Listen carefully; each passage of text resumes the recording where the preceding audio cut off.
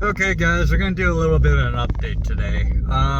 Didn't really do a lot today besides go through different political statistics that I set up in my notebook. But we have 4 pieces of big news that I figure I should cover. And I haven't made a video in a while, so it's about time. YouTube has completely destroyed any algorithm boosting that I was getting, which was none, because, well, YouTube doesn't like the content that I'm making in particular. And I wasn't getting much traction on Rumble either, so I mean, it is what it is. But we got 4 big pieces of news. First of all, last night at about 1 a.m., a boat, a cargo ship, hit the bridge in Baltimore. I can't remember the name of the bridge off the top of my head. I know it's named after somebody pretty famous that the left would love to cancel. I just can't think of the name off the top of my head. But it appears the bridge, the ship lost power, but they were able to signal to the shoreline that they were in trouble and that the bridge was in danger. And the people on the shoreline were able to shut down traffic on the bridge for anyone who had not already gone onto the bridge, which does mean that a lot of cars did go into the water. I think they said around 60, and they were looking for the survivors of 5 of the vehicles. We don't know if the bridge completely sank, if those cars sank, or how many people got out, or if they were... I mean, the bridge collapsed. If you're a car on the top of that bridge, depending on how quickly it fell, and it fell pretty quickly, the car could have been suspended in the air and then hit the bridge as it hit the water, which would be devastating to anyone in the vehicle. If the bridge and the vehicle fell together, there's a better chance that the people inside the cars survived. But it's not looking good for those people. So I'm praying for them, hoping that everyone is found alive and well. But I mean, that's a hell of a distance to fall. That's an understatement. Unless you don't know if they were injured, whether or not they were able to swim out or get out of their vehicle. It really depends. So I'm not going to speculate too much on that. There's theories going around that I'm not going to cite. I don't want to spread any information that's incorrect right now. Yeah, I don't really care that much about the misinformation thing that the media always does, but it's a tragedy and people might be dead, so I'm just gonna hold off on it. I'm just listening to what other people are saying about it. If you want to listen to like Benny Johnson, or I think Black Conservatives Perspective talked about it, Glenn Beck talked about it, those kinds of people. They have their speculation specifically that maybe the boat got hacked since they're connected to the internet. I don't know how possible that is, but apparently it has happened before. It would seem kind of odd to me, though, that they were able to hack it and then shut down the power completely on the ship, and then they turned the power back on because it was no longer connected to the internet, and then it was shut down again, like as it hit the bridge.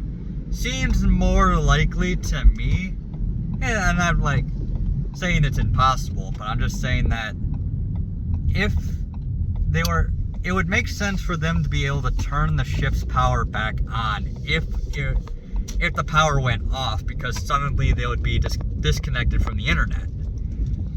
But then, since the power went back off as it hit the bridge, that indicates to me that it was either an electrical problem, like a maintenance problem instead. Because they wouldn't be able, the ship wouldn't reconnect to the internet that quickly, and it couldn't be rehacked that quickly. Very unlikely. So, anyway, I guess I did speculate. Second piece of news is that we now know for sure that Candace Owens was fired. This was confirmed by Jeremy Boring, and it appears that he didn't actually mean to admit this, because he was on a X chat, or like a Twitter space, basically, and someone asked a very specific question, like, if someone had 20 years of conservative commentary experienced under their belt and agreed with everything that the Daily Wire approved of, but they had the same opinions on Israel that Candace Owens had, would Jeremy hire her or him? And he kind of dodged the question, but he let slip that, one, if they had anything that we considered anti-Semitic, and I want to be clear, what Candace Owens said was not anti-Semitic. She basically just said that it's a tragedy that kids are dying in Gaza. She doesn't support Gaza, she doesn't support Palestine, she doesn't support Hamas. None of that. She doesn't support the acts of terrorism or the terrorist in there. All she is concerned about is the fact that children have been killed in the crossfire. And they fired her for that. And Jeremy Boring basically admitted that, one, he fired her. It was not a mutual split. And Andrew Klavan made the mistake of alluding to the idea that the Daily Wire basically has come to the conclusion that Candace Owens is anti-Semitic. So yeah, they're rhinos, completely, because what she said was not anti-Semitic. She hasn't supported Gaza, she hasn't supported Palestine, she hasn't supported Hamas, but because she's criticizing Israel, now she's an anti-Semite. So that was dumb. Another piece of news, which this is not in the last 24 hours, but I'll mention it anyways. If you hear it from me first, I'm going to be very surprised, but they had a 60% reduction in the fine that Donald Trump has to pay in order to appeal the ruling in New York in regards to the fraud case, which is wonderful. Honestly, Trump said that he had the $50 million on hand in order to pay the original fine.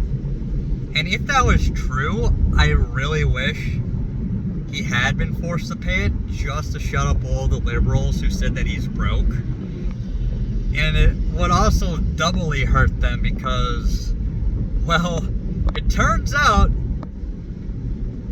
that Donald Trump's shares in Truth Social are actually worth over $3.5 billion with a B. And that he is richer than any of us could ever have imagined. His net worth is now up to $7 to $8 billion. And these people think that Donald Trump is broke, which is hilarious to me. Another piece of news, and I mentioned this on X, is that Robert F. Kennedy has finally announced his vice president pick for his independent bid. Now, he is currently on the ballot in 8 states, and he has write-in status in a further 8. He has missed the filing date in Idaho and North Carolina, 2 states that a progressive green liberal like him would be unlikely to win anyways. I mean, North Carolina, he would have a better chance of winning North Carolina, but it's unlikely. And he's only polling in about somewhere between 7 to 10%. I did write that down in my notebook today. But anyways, he's unlikely to win North Carolina, even if he was on the ballot there. Furthermore, this also rules him out for a no labels bid. Now, I've been speculating on that personally, but it seems like for some reason it was ruled out on Wikipedia, which it's Wikipedia, of course they would rule it out. But they had nothing on any idea of Kennedy running for no labels. You know, I did write in my notebook about 6 candidates that could run with Kennedy for him to run for no labels. Basically, no labels' goal is to have a Democrat and a Republican both run for the position, for the nomination. And he would have to pick a Republican for his vice president pick. Well, that has now been thrown out the window. I mean, it's possible no labels will change their mind, but the woman that Kennedy picked was a former Democrat. She was a Democrat before, in 2023 and before. And she became an independent in 2023, so she's basically just like Kennedy. She left the Democrat Party, which means that she is a former Democrat, and so is Kennedy. Therefore, there isn't a Republican on the ticket for no labels to pick up on. So he is ruled out for that. Another piece of news. I know there was 2 other pieces of news that I had. Let's see if I can recall them off the top of my head. Let's see here. It was Kennedy. It was the bridge. It was Jeremy Boring. And oh my god, I just made a tweet about it. What was the 4th thing that I was thinking about?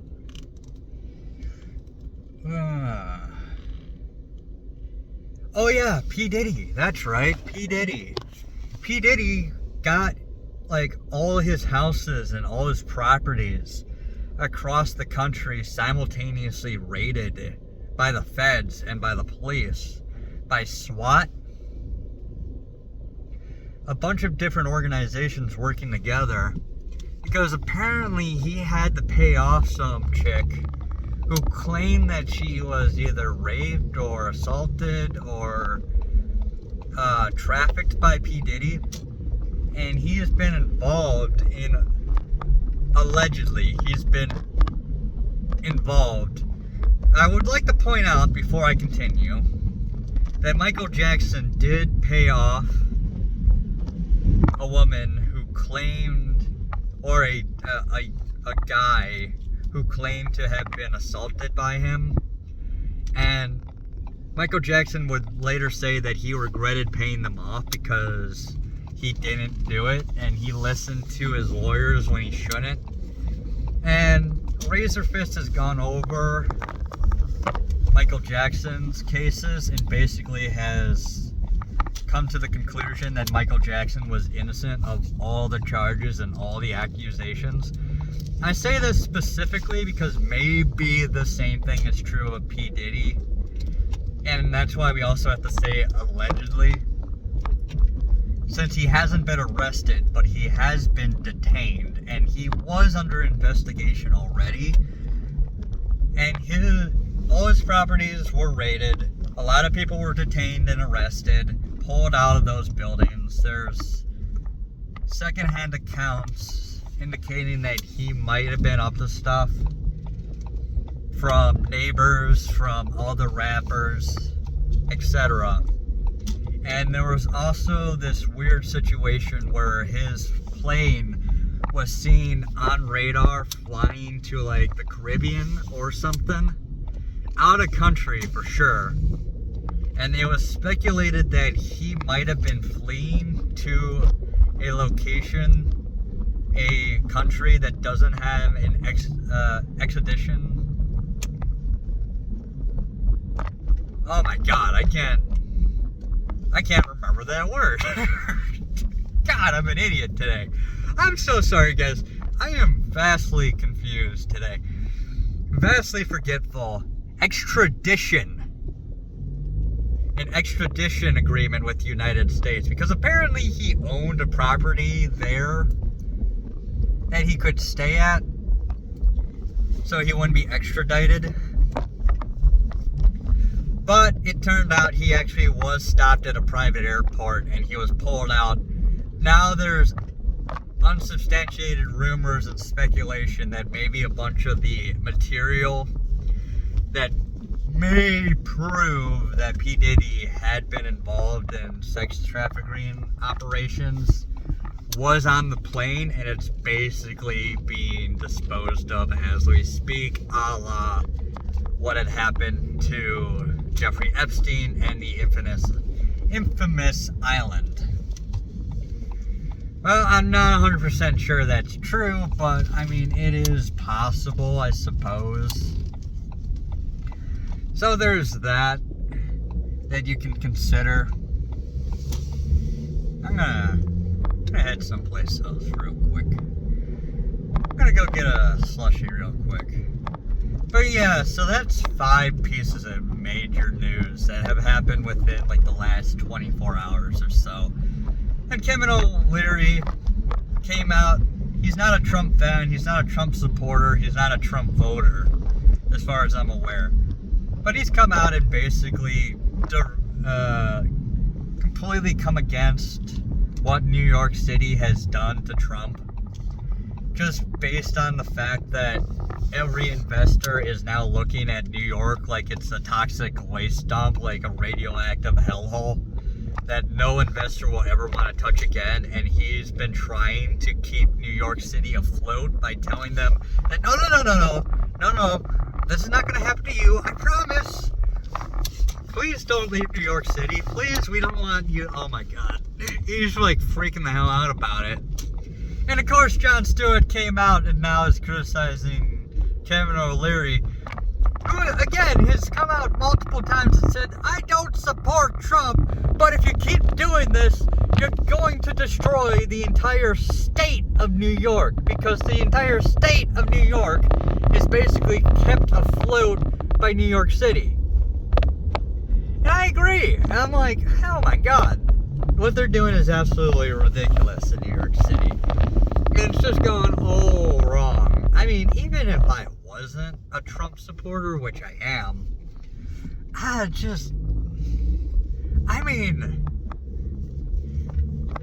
think it was New York. I believe it was New York. Don't quote me on this, but wasn't Alex Jones fined $1 billion in a New York court? And frickin' New York City now fined Donald Trump almost $500 million.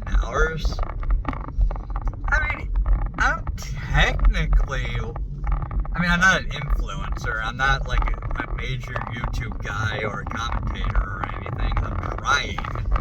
And I'm definitely keeping very good track of the election. But my god, I would never go to New York City, even to visit. Because if they decided that something I did broke their laws while I was filming there, I would not risk being charged $1 billion for like some kind of inflammatory commentary. Like nothing I specifically talk about is inflammatory either. But like, it's literally just like a hellhole state at this point. Yeah, my cousin lived there for a while. I don't know how the hell he did it. I mean, he's a little bit of a liberal, but Christ. Anyways, I'm just gonna end it here at 20 minutes. I'm starting to ramble now, but yeah, a lot of stuff has happened. Very interesting stuff. Looking forward to what happens in the future. We shall see, and see where any of these stories go. So, I'll see you guys later. Bye-bye.